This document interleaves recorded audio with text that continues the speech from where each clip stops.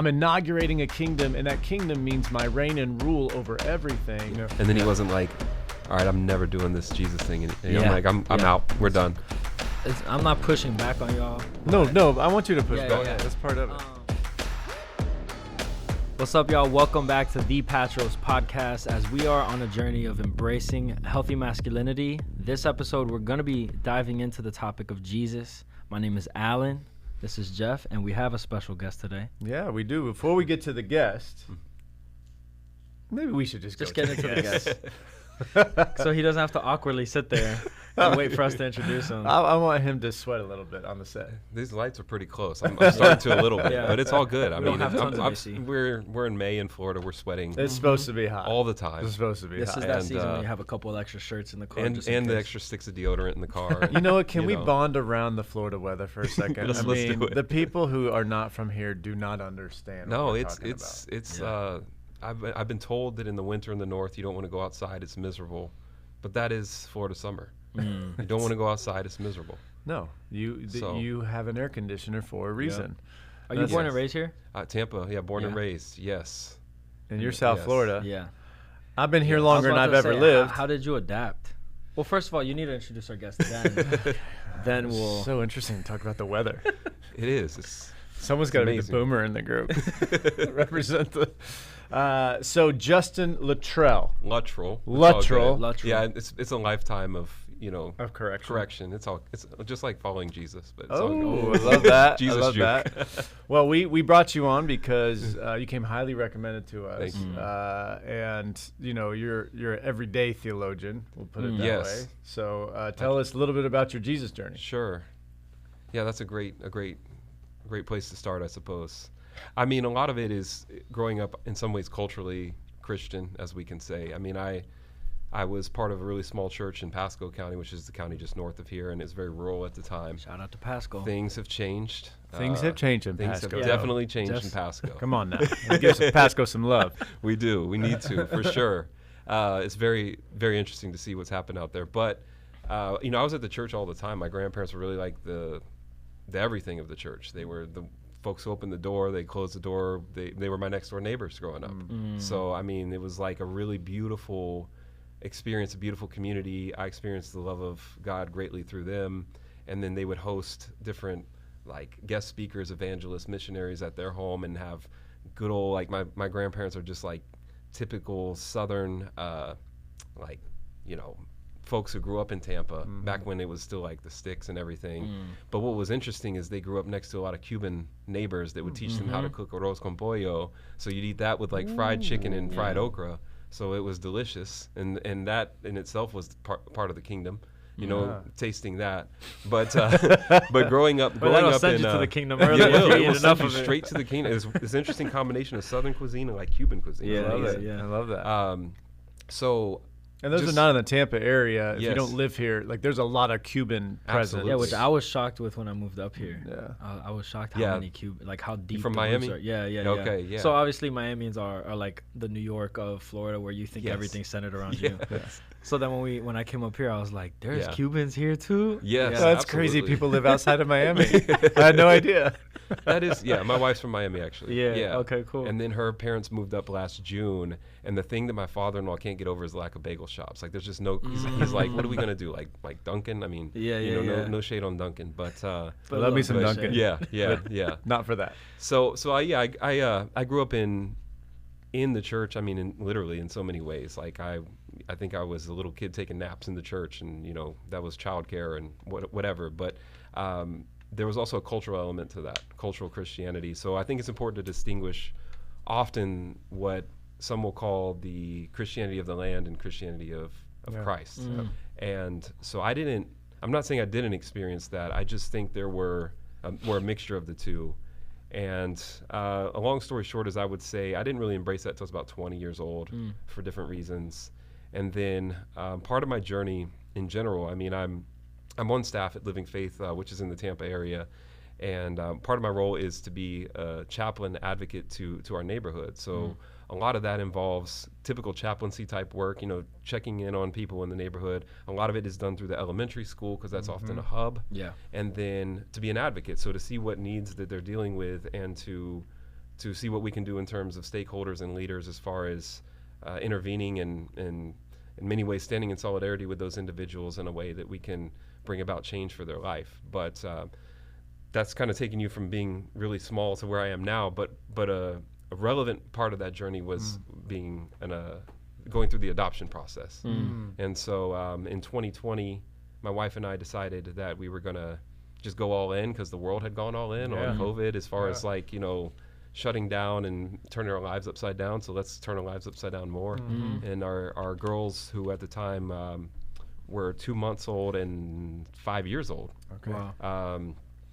were placed with us. And then it took about just a little over 2 years to finalize. Wow. And that was its own experience. So that's a little bit about me.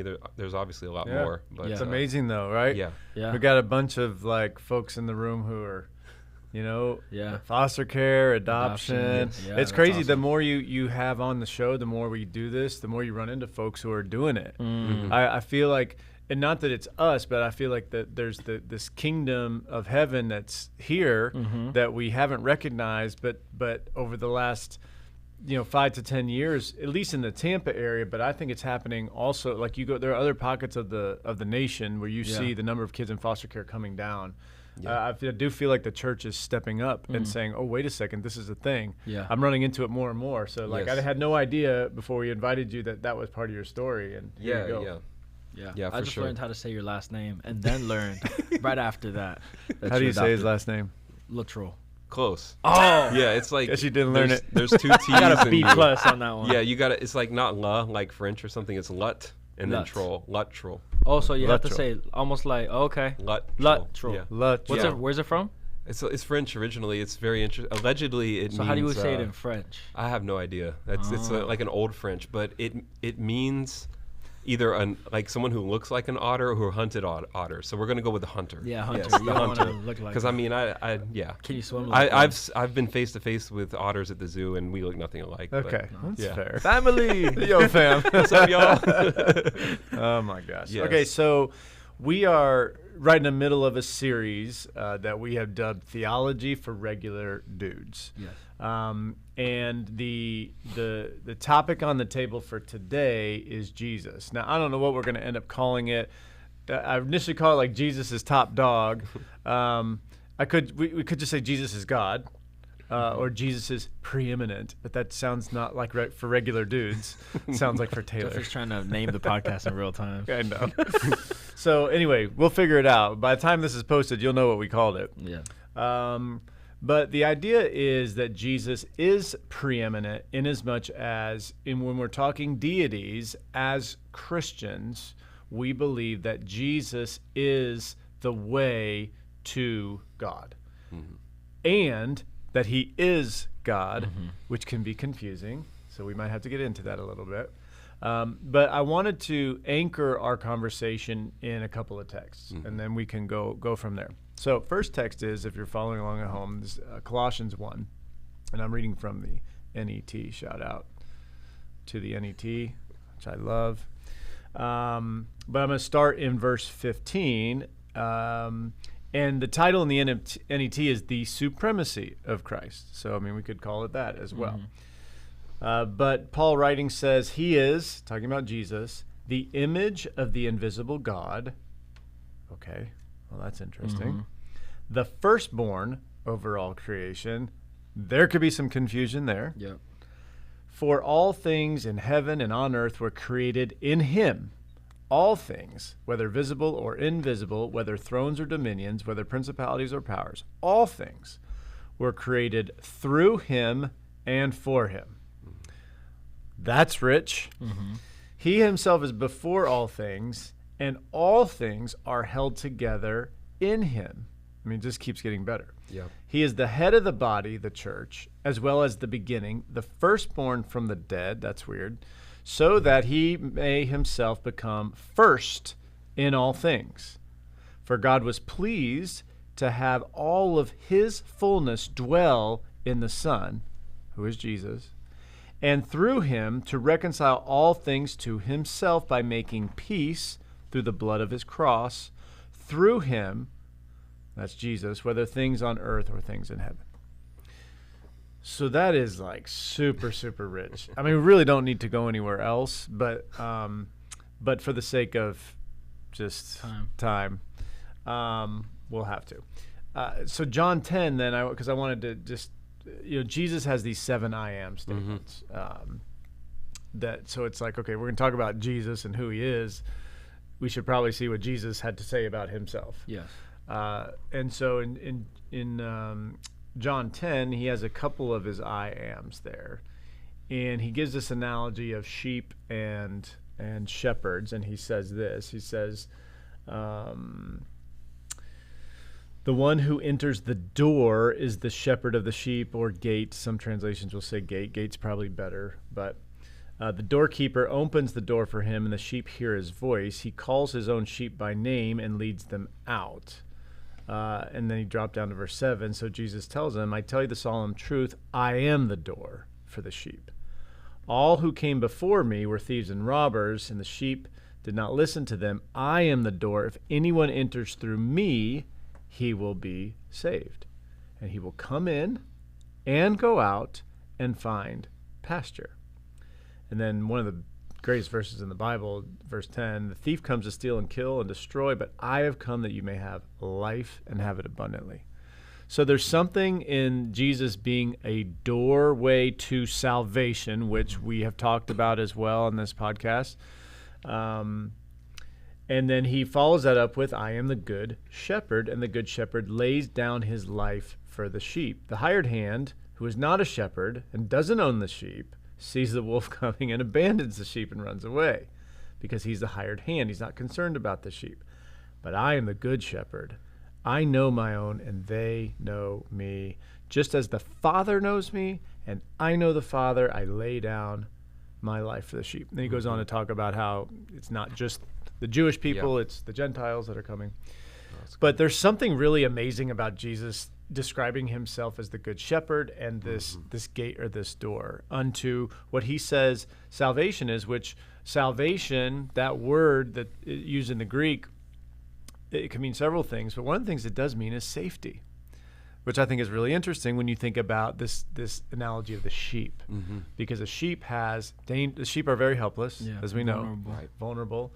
And so in Jesus there is safety. And I would say safety from a whole bunch of stuff, but maybe we can start there. Like, what in Jesus do we have safety from? Yes. Right? And then even just in your experience in this idea that he lays down his life, that he's the shepherd, and a shepherd lays down his life. What is it in Jesus that we see in this humility that attracts us to him? So maybe kind of Justin, as our resident guest, I'll let you go first. No, I've really been thinking about, the Lord is our shepherd. So, like Psalm 23 is really where our minds go a lot of times with that. And I'm in seminary right now, so I'm a work in progress when it comes to a lot of this. and the class I'm taking has an assignment to spend an hour with God every day. So I've failed at that most of my life, to be real with you, and I still fail at it now in so many ways. But I have taken a little bit of time to look through different scriptures. And when you do that, when you spend time with the Lord every day, what the Holy Spirit does through his word and prayer, it starts to reveal certain themes, ideas, some concepts of who God is and his nature. And I see what's been coming up for me is that he is the good shepherd. And I've been thinking about this a lot because one term that fascinated me years ago when I learned it was Jehovah Jireh, which is the God who provides. And so I worked for years as a teacher in public schools, so I always kept praying that prayer, God, would you provide for me? Because, people know what teachers make in terms of their salaries. And my wife is a social worker, so that adds into it. Well, you guys just double dipped. Yeah. So, and then we're living in the Bay Area, which is dealing with all kinds of inflation and housing market craziness. And so going into ministry was actually, a little bit of a bump for me personally, but still we're dealing with a lot of these issues around finances. And that was an area of my life where I had not surrendered fully to God, and I still struggle with sometimes to, as the author Dallas Willard would say, he wrote a book called Life Without Lack, and it's going through the 23rd Psalm. And so initially I thought of Jesus as the good shepherd is taking care of you in terms of your material need, but it's actually more than that. He takes care of our souls. He takes care of our heart and soul. He leads us beside still waters. And so through a prayer life, I saw something the other day that was like a prayer life is greater than prayer time, you know? So to develop a prayer life, through developing a prayer life, you start to see that the Lord is actually he's the shepherd over your thoughts. He's the shepherd over your desires. He becomes the shepherd over all these things. So you're living a life without lack in terms of finance. He will provide for you financially in so many ways. I'm not trying to say like name it and claim it necessarily, Sure. but when you give the sincere concerns of your heart over to him, he is your shepherd, and you can go to him not just with like, Lord, I need this provision because I'm trying to be a good father for my family, but Lord, I also need patience. I need self-control. Lord, I need you to help me in regard to how I think about certain things in terms of anxiety, and giving that over to you. Can I trust you with that? And here we see that he is the good shepherd. And how do we know that? Well, he knows his sheep, and they know him. And so even this idea, I think in a lot of the circles I grew up in were very kind of traditional evangelical circles that would say, know the Lord, know him. But he also desires to know us, and is very relational in that way. So that's good. Yeah. That's really good. Yeah, I think the idea of Jesus as a provider is a really good concept. Yeah. Because I have found, Jesus said you can't serve both God and money, right? That was one of his famous lines in the Sermon on the Mount. And I have found that nothing will test your faith more than that, financial provision. Yes. Because that's the nuts and bolts of life, right? Yeah. It's like, well, if I can't eat, I'm dead, so I'm no good to you, God. Yeah. And if I'm homeless, I'm probably not, I may be living a life, but it's probably not the life you intended me to live. Jesus was homeless, so maybe maybe we should all be homeless, I don't know. But but there is a very practical side to our faith that says, will I trust you? Because in Matthew 6:33 says, seek first the kingdom, and I'm going to add all the things. So don't worry about all those, food, clothing, shelter, because the pagans run after those things. Yes. They don't even know me. You know me. Right. And then what father doesn't give good gifts to his kids? Like he uses that as an analogy in a relationship with his father. Yep. So Jesus as provider is something that I think is definitely one that's a very practical and tangible reason that we would follow him. And I would argue, I'll throw this out there to you guys. We can say that conceptually, but if we get it, what happens to our worry? Worry goes away. That's right. And look at our culture right now. Yeah. Yep. How many people are ridden with anxiety? Yeah. On medication, and some of them with no end in sight. And all of that is because they are anxious. And he said, don't be anxious about anything, but with everything, or Paul wrote that about him, but with everything, prayer and petition, present your request to God. So there is something about trusting Jesus as provider that I think brings tremendous amount of sanity to a crazy world. Yeah, when you look at the current state of our culture, and this, we've come all the more knowledgeable about therapeutic efforts, about medication, and yet there's still rise in mental illness and so many things. And some of it is genetics, some of it is stuff that you can't just speak away, but so much of it can be just the fact of not having the right perspective of who is in control and what matters. And so when you talk about the type of anxiety that isn't necessarily chemical but more so thought induced, you have the reality that I don't have a proper perspective on what matters, and I don't have a proper perspective on who controls that. And so I wonder sometimes when I see Jesus say, I have nowhere to lay my head. Yes. That because he had the capacity to provide for himself. He had the capacity to own a home and live. He worked, right? So he wasn't homeless due to laziness or illness. He was without that for a reason. I don't know, and I don't want to add to the scriptures, but I do wonder sometimes if it's to let us know that the end all be all is not to own a part of this earth, but to be owned by God. as we're on this earth, you know, and to allow God to own our time, our space, our treasures. And so, like, he wasn't overtaken with, I need to upkeep this lifestyle and keep up with everybody else, but rather that he was just like, the greatest value is to live for God and to be on mission. That's right. Yeah, I think when you consider any type of ministry, whether that's something you do professionally, like in title, or you're doing it like outside of your 9 to 5, like, you know, some people call it their 5 to 9, outside of their 9 to 5. Yeah. You are making a sacrifice. I think, Jeff, with your work around the foster care system and you know, looking at fatherlessness and things like that, there's a different economy because you're taking a look at something that does not have a return on investment financially. It actually is going to cost you. And, you know, that's another characteristic of Jesus in a pluralist society that I find interesting. You know, when I was working in different types of schools, like public schools, I would encounter students that didn't really understand Christianity. Some of them did. They had a malformed view of Christianity. And when we take a look at Jesus, we see, you know, God becoming incarnate, God becoming like us, sacrificing, calling us to be like him in that way. And in so many ways, when we're trying to live out our purpose and our calling, and I often say that we have to consider that there might be a greater story than the one that we can tell for ourselves.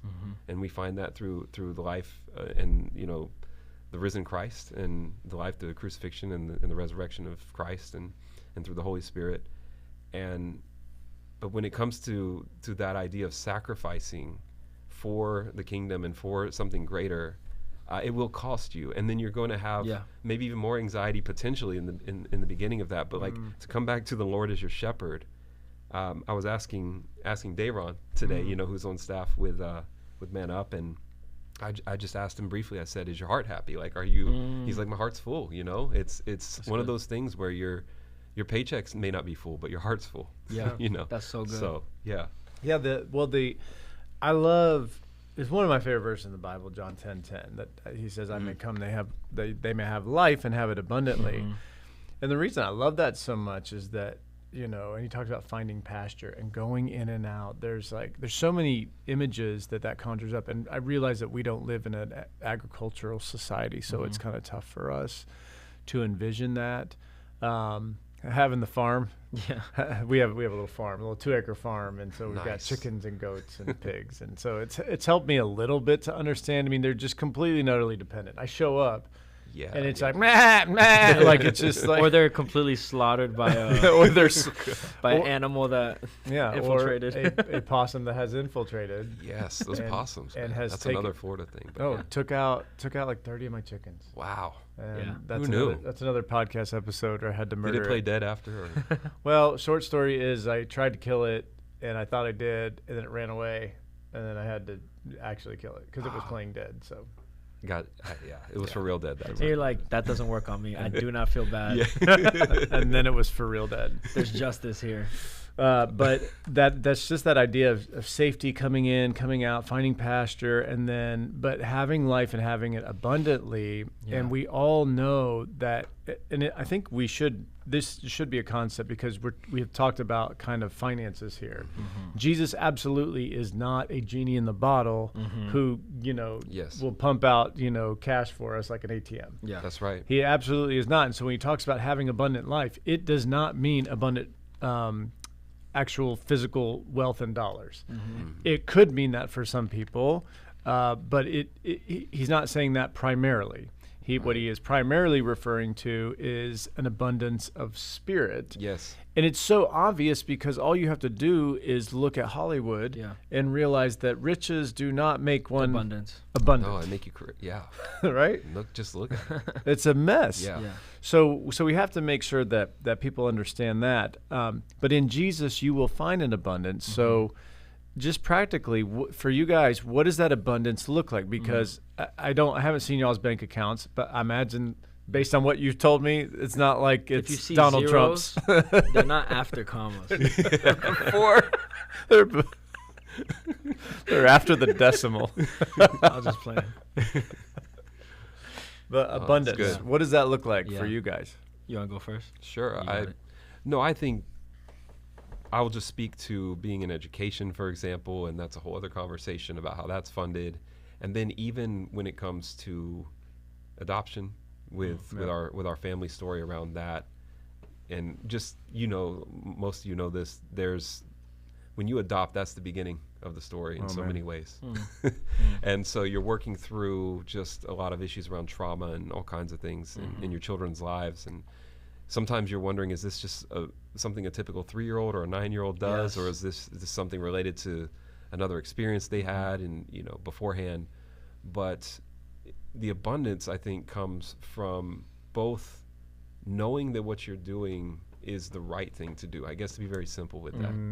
Like, your conscience is clear. I mean, is my conscience always clear? It's not always clear. I'm not, in my full glory. But at the same time, you have those moments where, I think the Celtics or somebody said, we have these thin moments, like these moments where heaven meets earth, and like the veil is removed for a moment or something like that, to where we're able to see the glory of the Lord through our children or through whatever we're trying to achieve, to where you start to see like the light shining in the darkness in so many ways, where you're thinking, so much time has gone where I just feel like nothing is changing, nothing's happening, nothing is moving as far as trying to bring things to my neighborhood, to my city, to my home, as it is in heaven, to see the kingdom of heaven on earth. But then you have those moments that make it completely worth it, and those are the things that fuel your spiritual bank account to continue on. And I think a lot of it just goes back to the righteousness, I suppose. It's not maybe for me to decide 100% what is righteous, but to know that I'm following the example of Jesus by, in so many ways, sacrificially going to those that the society I live in terms of the marketing and the other ideas that are out there, are not pulling me towards. They're actually pulling, like, even in a society around social media, it's pulling me more towards apathy and being lethargic and just sitting around. It's not pulling me towards getting up off the couch again to go and do something that would make an impact for the kingdom of God. So. Yeah, it's almost like, I had thought as you were speaking, Jesus said it's more blessed to give than receive. Yes. So the abundance, like what you were saying there, is almost like the abundance comes in the blessedness of giving. Like blessedness. So blessed are the Beatitudes. Yes. It's really like abundance and happiness. Right. Happiness comes to those who mourn. Happiness comes to those who are meek. Happiness comes to those who are poor in spirit, like those who thirst and hunger for righteousness, like those who want to know Jesus, to be in his will, like they're actually serious about it. And the world couldn't care less. I mean, the world is doing their own thing. Yes. But those who are like seeking those things, it's like, wow, there's actually abundance and blessedness in those things. That's what you're talking about, like adoption and reaching out in the world, serving others, doing things for others. There's where you find abundance. It's kind of what I was thinking as you were chatting. For sure. Yeah. For sure. Yeah. What about you, AP? Do y'all want to hear more of that conversation? Well, you can by becoming a Patros subscriber. You'll get exclusive member-only content. Just go to the link in the description or go to the Patros website. Yeah, and when you become a subscriber, like what you're telling us is that you enjoy this content and you want to hear more of it. So every dollar that you give helps us do just that. So thank you again for listening as we just together go on this journey of embracing healthy masculinity.